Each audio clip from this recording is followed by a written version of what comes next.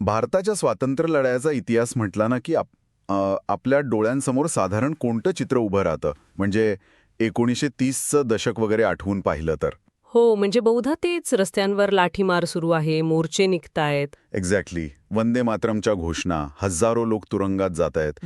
हे चित्र इतकं ठळक आणि भावनिक आहे ना की आपल्याला वाटतं स्वातंत्र्य फक्त रस्त्यांवरच मिळवलं गेलं. राईट, ते साहजिकच आहे. पण याच काळात इथून हजारो मैल दूर लंडनमधल्या एका बंद खोलीत काही लोक एका वेगळ्याच कामात मग्न होते. आणि आजच्या आपल्या या सखोल विश्लेषणात आपण याच दुसऱ्या पण अत्यंत गुंतागुंतीच्या लढ्याबद्दल बोलणार आहोत. जो लढा रस्त्यावर नाही तर वाटाघाटींच्या टेबलावर लढला जात होता. बरोबर, ज्याला आपण कॉन्स्टिट्यूशनल निगोशिएशन्स म्हणतो. आज आपण डॉक्टर राहुल खरात यांचा भारताच्या स्वातंत्र्याच्या वाटाघाटींमध्ये डॉक्टर B.R. आंबेडकरांची भूमिका हा लेख मुख्य स्रोत म्हणून वापरणार आहोत. आणि हा लेख खूप महत्वाचा आहे कारण तो एक वेगळाच पैलू समोर आणतो. हो ना. आणि या सविस्तर चर्चेचं मुख्य उद्दिष्ट हेच आहे की डॉक्टर आंबेडकरांची भूमिका केवळ ब्रिटिशांना विरोध करण्याची नव्हती, तर ती अतिशय धोरणात्मक आणि भारताची भविष्यातील संरचना ठरवणारी कशी होती हे आपल्याला पाहायचंय. राईट, एक प्रकारची ब्लूप्रिंटच ते तयार करत होते. अगदी. म्हणजे बघ, आपण एखादं नवीन घर बांधायचं ठरवतो. खिडक्या कुठे असाव्यात, रंग कोणता असावा यावर सगळे चर्चा करतायत. पण त्या घरातल्या एका विशिष्ट खोलीला जर दरवाजाच दिला नाही तर त्या माणसाला मुख्य घरात येताच येणार नाही. एक्झॅक्टली. मग त्या रंगाचा काय उपयोग? बाहेर घोषणाबाजी सुरू असताना या नव्या देशाच्या ब्लूप्रिंटमध्ये सर्वांना समान जागा कशी मिळेल यासाठीची वाटाघाटींची प्रक्रिया कशी होती हे पाहणं खरंच अद्भुत आहे. कसं आहे, या पूर्ण प्रक्रियेचा सगळ्यात महत्वाचा भाग म्हणजे ती केवळ सत्तांतर कसं करायचं यापुरती मर्यादित नव्हती. म्हणजे फक्त ब्रिटिश जाणार आणि भारतीय येणार एवढंच नाही. नाही, अजिबात. म्हणजे आंबेडकरांचा दृष्टिकोन खूप व्यापक होता. त्यांच्या मनात एक अतिशय स्पष्ट प्रश्न होता की जेव्हा ही सत्ता भारतीयांच्या हाती येईल तेव्हा ती नक्की कुणाच्या हाती जाईल. अच्छा, हा खूप मोठा प्रश्न आहे. हो ना. समाजातील अगदी तळागाळातील माणसाला, ज्याला शतकानुशतके मुख्य प्रवाहातून बाहेर ठेवलंय, त्याला त्या नव्या व्यवस्थेत काय स्थान असेल. राईट. त्यांनी राजकीय लोकशाहीसोबतच सामाजिक न्याय आणि अल्पसंख्याकांचे हक्क हे मुद्दे अगदी केंद्रस्थानी आणून ठेवले. मला हा प्रत्यक्ष वाटाघाटींबद्दल थोडं समजून घ्यायचंय. म्हणजे नव्या भारताची ब्ल्यूप्रिंट तयार करण्यासाठी ब्रिटिशांनी लंडनमध्ये 1930 ते 1932 या काळात गोलमेज परिषदा आयोजित केल्या होत्या. हो, round table conferences. Round table conferences. इतिहासाच्या पुस्तकात आपण हे वाचलंय, पण तिथे नक्की काय चाललं होतं? कारण तोपर्यंत ब्रिटिश तर स्वतःला मायबाप सरकार समजायचे ना. हो, आणि भारतीय नेते त्यांच्याकडे मागण्या घेऊन जायचे. पण इथे एक अभूतपूर्व घटना घडत होती. ती काय? इतिहासात पहिल्यांदाच ब्रिटिश अधिकारी आणि भारतीय नेते समान किंवा इक्वल्स म्हणून एकाच टेबलवर बसले होते. बापरे, पहिल्यांदाच? हो. आणि या परिषदांचं उद्दिष्ट होतं भारताचं भावी संविधान ठरवणं, अल्पसंख्याकांचे हक्क सुरक्षित करणं. आणि विशेष म्हणजे डॉक्टर आंबेडकरांनी सलग 3ही गोलमेज परिषदांमध्ये वंचित वर्गाचे राजकीय प्रवक्ते म्हणून प्रतिनिधित्व केलं. म्हणजे डिप्रेस्ड क्लासेसचे प्रवक्ते म्हणून. एक्झॅक्टली. आणि तिथे त्यांच्या असल्यामुळे स्वातंत्र्याच्या चर्चेची दिशाच बदलून गेली. मला इथे एक गोष्ट जाणवतेय. तोपर्यंत स्वातंत्र्याची चर्चा फक्त भारत विरुद्ध ब्रिटन अशीच होत होती. राईट, एक सरळ नॅरेटिव्ह होता. हो, म्हणजे आपण सगळे भारतीय एक आहोत आणि ब्रिटिशांना बाहेर काढायचंय. पण आंबेडकरांच्या येण्याने याला धक्का बसला असावा, कारण ते नुसते ब्रिटिशांवर टीका करत नव्हते, तर भारतीय समाजाच्या अंतर्गत रचनेवरही बोट ठेवत होते. तो केवळ धक्का नव्हता, तर ते एक कटू वास्तव होतं. त्यांनी स्पष्ट केलं की समाजातील सर्वात शोषित घटकाला समानतेचा अधिकार मिळत नाही तोपर्यंत नुसतं राजकीय स्वातंत्र्य अर्थहीन आहे.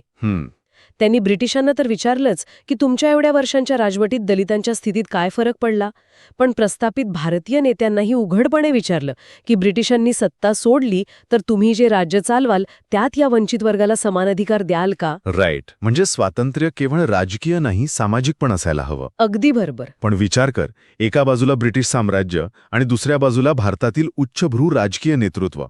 ह्या दोन्ही मोठ्या शक्तींसमोर वंचित वर्गासाठी लढायचं कसं? नुसता आवाज उठवून तर चालणार नव्हतं. नाही, अजिबात नाही. त्याला काहीतरी कायदेशीर ताकद मिळून देणं गरजेचं होतं. आणि म्हणूनच त्यांनी एक अत्यंत धोरणात्मक मागणी पुढे केली: स्वतंत्र मतदारसंघ.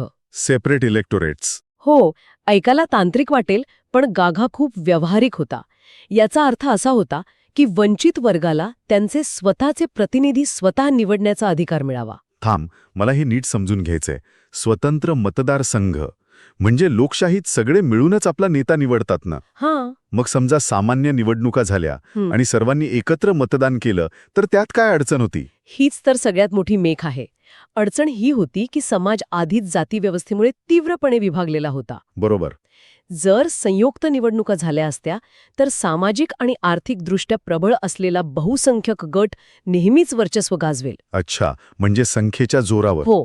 मग वंचित वर्गाचा असा एखादा प्रतिनिधी कधीच निवडून येऊ शकणार नाही जो खऱ्या अर्थाने त्यांच्या प्रश्नांवर उभा राहील. बहुसंख्यक लोक त्यांच्या सोयीच्या माणसालाच निवडून देतील. राईट, ज्याला आपण टिरनी ऑफ द मेजॉरिटी म्हणतो. एक्झॅक्टली. हे बहुसंख्याकांचे वर्चस्व टाळण्यासाठी आंबेडकरांनी ओळखलं होतं की जोपर्यंत वंचितांना स्वतःचा खरा प्रतिनिधी निवडण्याची कायदेशीर ताकद मिळत नाही तोपर्यंत त्यांना राजकीय प्रक्रियेत शून्य स्थान असेल. ओके, आता हे माझ्या डोक्यात एकदम क्लिअर झाले.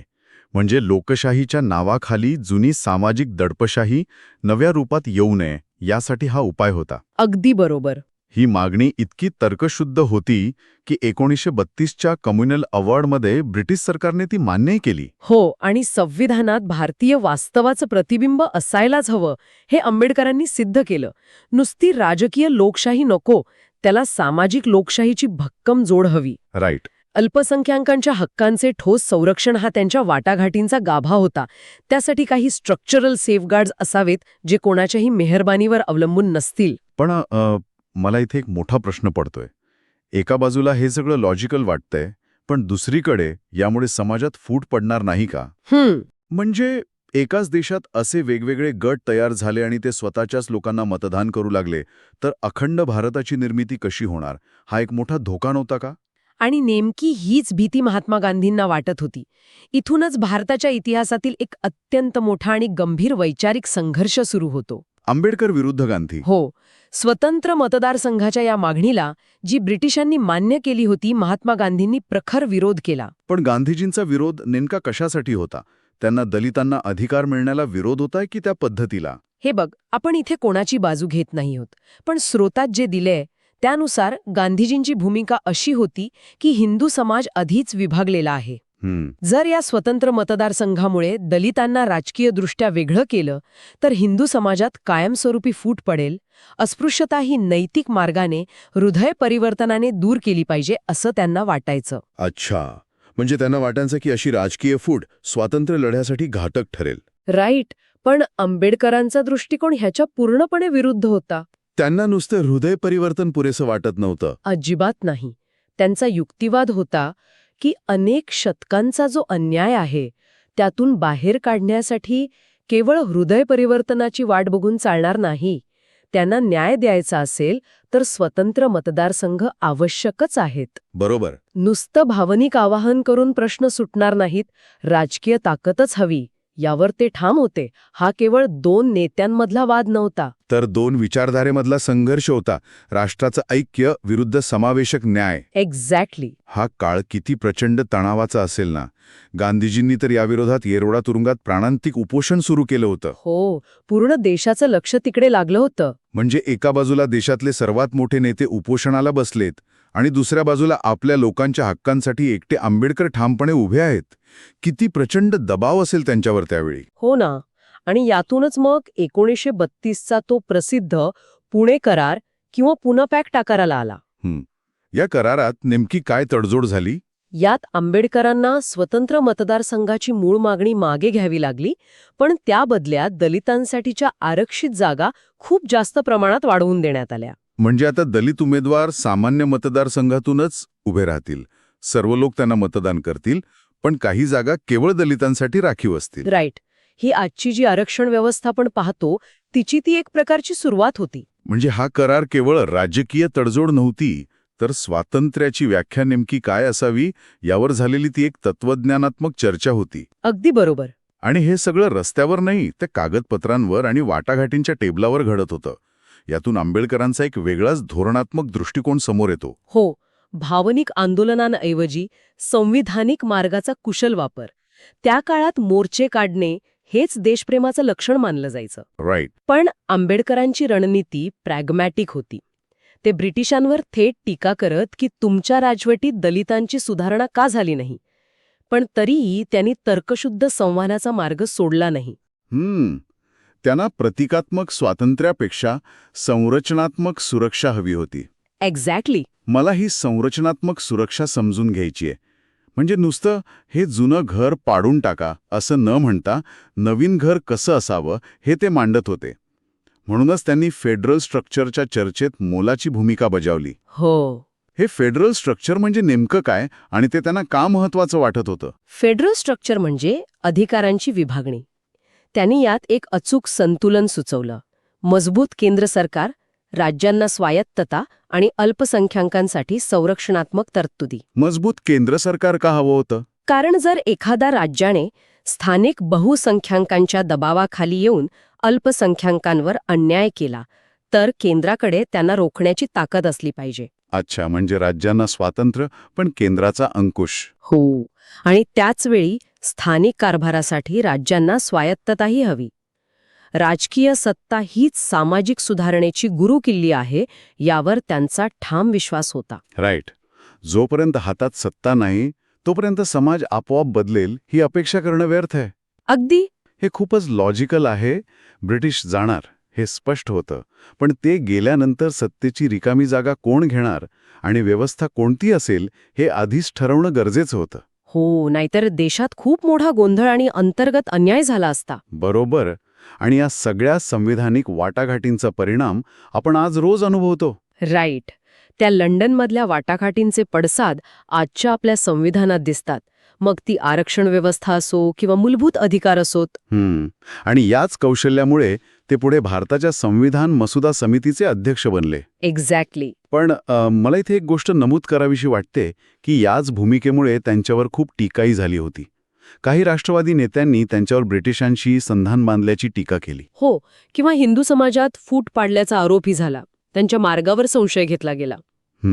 पण आज जेव्हा आपण मागे वळून पाहतो तेव्हा आधुनिक अभ्यासक हे स्पष्टपणे मानतात की आंबेडकरांच्या याच भूमिकेमुळे बहुसंख्याकांचं जे वर्चस्व निर्माण होऊ शकलं असतं ते तरळलं. राईट. त्यांनी समावेशक राष्ट्रवादाची संकल्पना रुजवली. भारताच्या लोकशाहीचा पाया खऱ्या अर्थाने मजबूत करण्याचं काम त्यांनी केलं. म्हणूनच ते केवळ वाटाघाटीकार नव्हते तर भविष्यातील भारताचे शिल्पकार होते. स्वातंत्र्याचा अर्थ केवळ राजकीय मुक्ती नसून सामाजिक मुक्ती असावा हा त्यांच्या लढ्याचा गाभा होता. अगदी बरोबर. संविधान हे काही एका रात्रीत तयार झालेलं नाही. यामागे अनेक वर्षांची वैचारिक घुसळण आहे. आणि डॉक्टर खरात यांच्या या लेखातून आपल्याला हेच समजतं. हो. त्यांनी नुसते दलितांचे प्रश्न मांडले नाहीत तर संपूर्ण भारतासाठी एक मजबूत चौकट तयार केली. राईट. जिथे प्रत्येक व्यक्तीला सन्मानाने जगता येईल. त्यांनी भावनेपेक्षा कायद्यावर भर दिला. म्हणूनच त्यांचं काम आजही तितकंच प्रासंगिक आहे. खरंय. या सखोल चर्चेतून आपण नक्कीच शिकलो की भारताच्या स्वातंत्र्याचा इतिहास हा जितका रस्त्यावरच्या लढ्याचा आहे तितकाच तो बंद दाराआड झालेल्या बौद्धिक वाटाघाटींचाही आहे. नक्कीच. आता जाता जाता एक शेवटचा विचार जो या चर्चेचा अर्क आहे तो आपण श्रोत्यांसाठी सोडून देऊया. सांगा. आज आपण जी दररोजची लोकशाही उपभोगतो, आपण मतदान करतो, विचार मांडतो, या सगळ्याची पाळेमुळं रस्त्यावर झालेल्या घोषणाबाजीत कमी आणि 1930च्या दशकात लंडनमध्ये बंद दाराआड झालेल्या त्या अतिशय तणावपूर्ण वाटाघाटींमध्ये अधिक घट्ट रुजलेली आहेत का? राईट. खूपच विचार करायला लावणारा प्रश्न आहे हा. हो ना. जर त्या बंद दाराआड हे कायदेशीर दरवाजे तयार झाले नसते तर आज आपल्या लोकशाहीचं घर कसं दिसलं असतं यावर नक्की विचार करा. अशाच एका नवीन आणि माहितीपूर्ण विषयाच्या सखोल विश्लेषणासाठी आपण पुन्हा भेटूया.